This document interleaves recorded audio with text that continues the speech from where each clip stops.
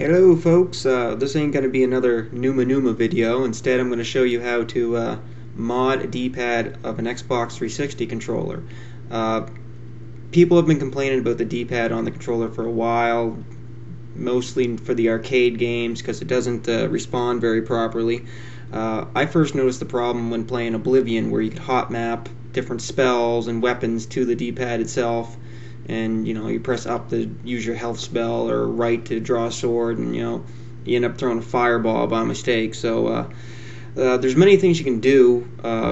I found the easiest thing to do is sand down the outer rim. Other people have taken the guts out of a controller, put it inside of a Saturn, or taken an arcade stick and modded the insides of this into that, or taken the D-pad off of a Duke controller. If you happen to have Duke controllers laying around, I think most people that once the S controller came out threw away their Duke controller. But what we're going to do is we're going to get some sandpaper. I'm going to use a Dremel because I've done this 23 times. This will be the 23rd actually, and we're going to sand down this little lip here and give us more room, because what's causing the problem is when you're pressing on the buttons here, this thing's sliding around and actually hitting the rim, and you're not always getting, you press up and it's not happening, not doing anything, and it's frustrating when you're trying to do something and some guy's kicking your ass on Street Fighter because you can't throw a fireball,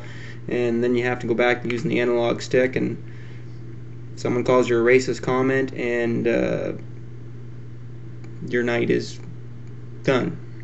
Alright, let's get started on modding your controller. You're going to need your controller for starters. Here you see I have my wireless one. It's flashing because I just stuck the battery in and it's trying to correspond with the console. Anyway, you need your controller. If you have a wireless one, you're going to need this special Torx bit. It's a T8H bit. It's a hollow tip because it's got tamper-proof screws on it, so you're going to need the special hollow tip one. If you have a regular wire controller, you're going to need a precision set Phillips driver. So I got my precision set here with, if you have a wireless, you're going to need a number 1, and later on in this procedure you're going to need a number 0 Phillips head screwdriver. What else you're going to need? I recommend a little tray to put the screws and parts in. Finishing up, you're going to need some sandpaper.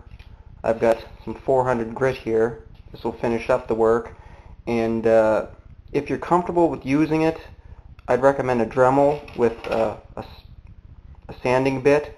But if you don't have a Dremel, or if you're not comfortable using it, I'd recommend a low grit sandpaper, like probably 60 to 80 grit. Use wood sanding paper, whatever you have. It's not, this isn't rocket scientist. I like using aluminum oxide stuff because it doesn't bind up and give you that nice melted plastic smell, but whatever you have is fine. So flip your controller over, and you're going to have 7 screws to remove. You got 3 on each side. 1, 2, 3. 1, 2, 3.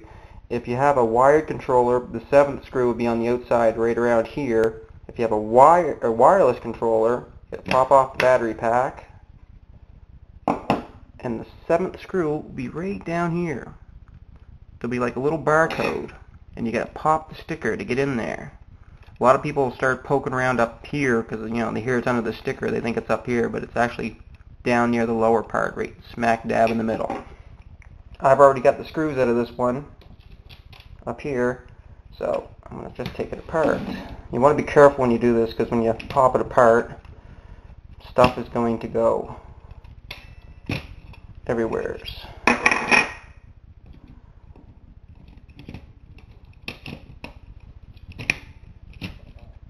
Your motor, I'd be careful, don't wreck the wires on it.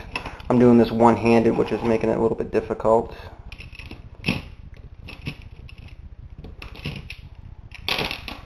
I just pop those out because there's only one way they can fit back. Like, you can't put the wrong button in the wrong hole because there's little tabs on it that they only fit in specific holes, so you don't have to worry about that.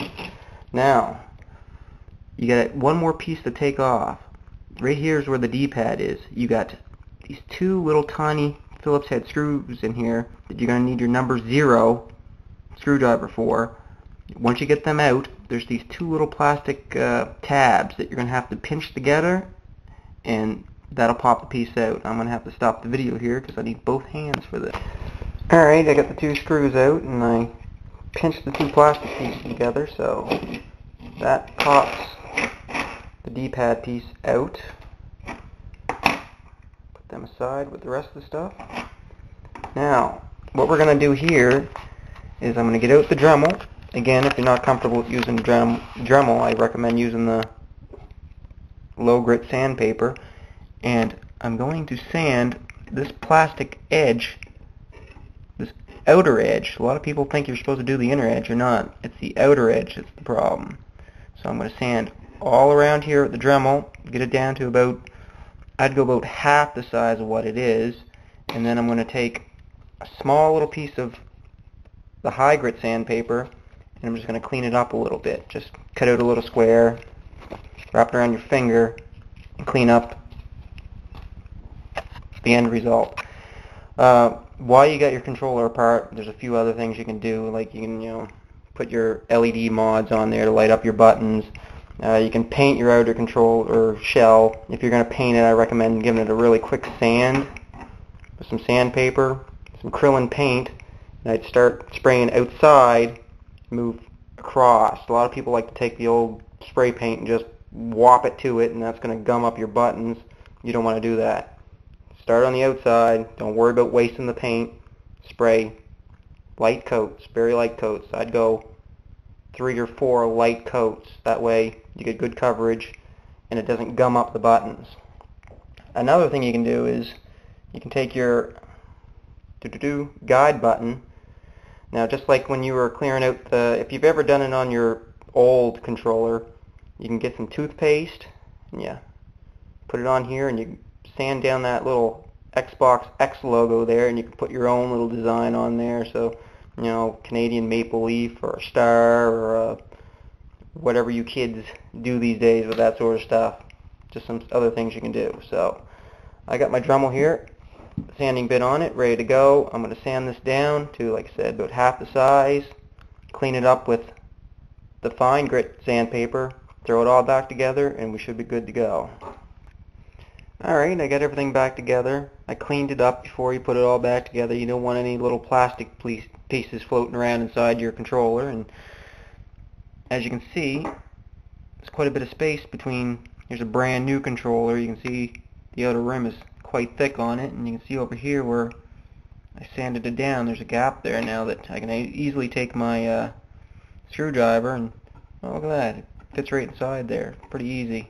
That's how much room there is in there now. As opposed to a brand new controller, stickers still on it and everything. You can see you gotta actually jam it in there. That's how much difference there is in space. And you'll be surprised at how much space that actually helps a lot. So, up is actually up when you press on it. And you can throw fireballs in Street Fighter and play Frogger without jumping in the water by mistake if you like using the D-pad rather than the analog. But this is an easy mod that I think a lot of you would see that does actually improve how the controller responds. And it's cheap and easy to do unless you have to go out and find yourself one of these special screwdrivers. But that is that. That is the Xbox 360 directional pad mod.